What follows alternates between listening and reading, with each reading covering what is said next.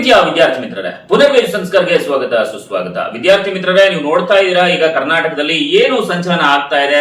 ಸಮವಸ್ತ್ರವನ್ನ ಧರಿಸಿ ಬರಬೇಕು ಅನ್ನುವಂಥದ್ದು ಕರ್ನಾಟಕ ಸರ್ಕಾರದ ಒಂದು ಸೂಚನೆ ಆಗಿದೆ. ಆದ್ರೆ ಈ ಒಂದು ಸಮವಸ್ತ್ರದ ವಿರುದ್ಧ ಅಂದ್ರೆ ಕೇಸರಿ ಶಾಲ್ ಆಗಿರಬಹುದು, ಹಿಜಾಬ್ಗೆ ಸಂಬಂಧಪಟ್ಟಂತೆ ಆಗಿರಬಹುದು, ಈಗ ಹೊಸದಾಗಿ ನೀಲಿ ಶಾಲನ್ನು ಕೂಡ ಧರಿಸಿ ವಿದ್ಯಾರ್ಥಿಗಳು ಪ್ರತಿಭಟನೆಯನ್ನ ಮಾಡ್ತಾ ಇರುವಂತದ್ದು.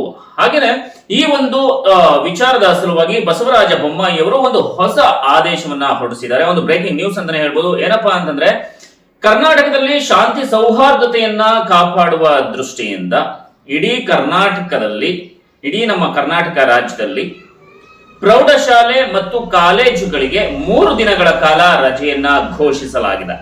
1ರಿಂದ 7ನೇ ತರಗತಿಯವರೆಗೂ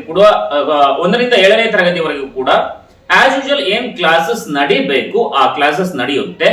8, 9, 10 ಮತ್ತೆ PUC ಹಾಗೆ ಡಿಗ್ರಿ ಇಷ್ಟು ಕಾಲೇಜುಗಳು ಏನಿದೆ, ಈ ಕಾಲೇಜಿನ ವಿದ್ಯಾರ್ಥಿಗಳಿಗೆ 3 ದಿನಗಳ ಕಾಲ ರಜೆಯನ್ನ ಘೋಷಣೆ ಮಾಡಲಾಗಿದೆ.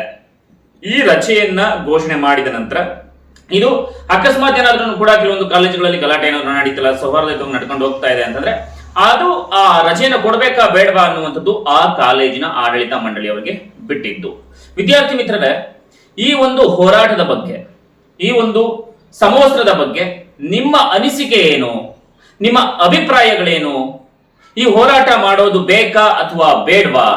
ಇದರಿಂದ ಏನಾದ್ರೂ ಅನುಕೂಲ ಇದೆಯಾ? ವಿದ್ಯಾರ್ಥಿಗಳಿಗೆ ಏನಾದ್ರೂ ಅನುಕೂಲ ಇದೆಯಾ ಅಥವಾ ರಾಜಕೀಯ ಕುಮ್ಮಕ್ಕೆ ಏನಾದ್ರೂ ಕೂಡ ಇದೆಯಾ ಅನ್ನೋದನ್ನ ಕಮೆಂಟ್ ಬಾಕ್ಸ್ ನಲ್ಲಿ ಕಮೆಂಟ್ ಮಾಡಿ. ಹಾಗೇನೆ ಮುಂದೆ ಬರುವಂತಹ ಎಲ್ಲಾ ಎಜುಕೇಶನ್ ಅಪ್ಡೇಟ್ಸ್ ಆಗಿರ್ಬೋದು, ಎಕ್ಸಾಮ್ಗೆ ಬರುವಂತಹ ಮಾಡೆಲ್ ಕ್ವಶನ್ ಪೇಪರ್ಸ್ ಆನ್ಸರ್ಸ್ ಆಗಿರ್ಬೋದು, ಎಲ್ಲವನ್ನು ಪಡ್ಕೊಳ್ಬೇಕು ಅಂತಂದ್ರೆ ನಮ್ಮ ಚಾನೆಲ್ ನ ಸಬ್ಸ್ಕ್ರೈಬ್ ಮಾಡಿಲ್ಲ ಅಂತಂದ್ರೆ ಸಬ್ಸ್ಕ್ರೈಬ್ ಮಾಡಿ.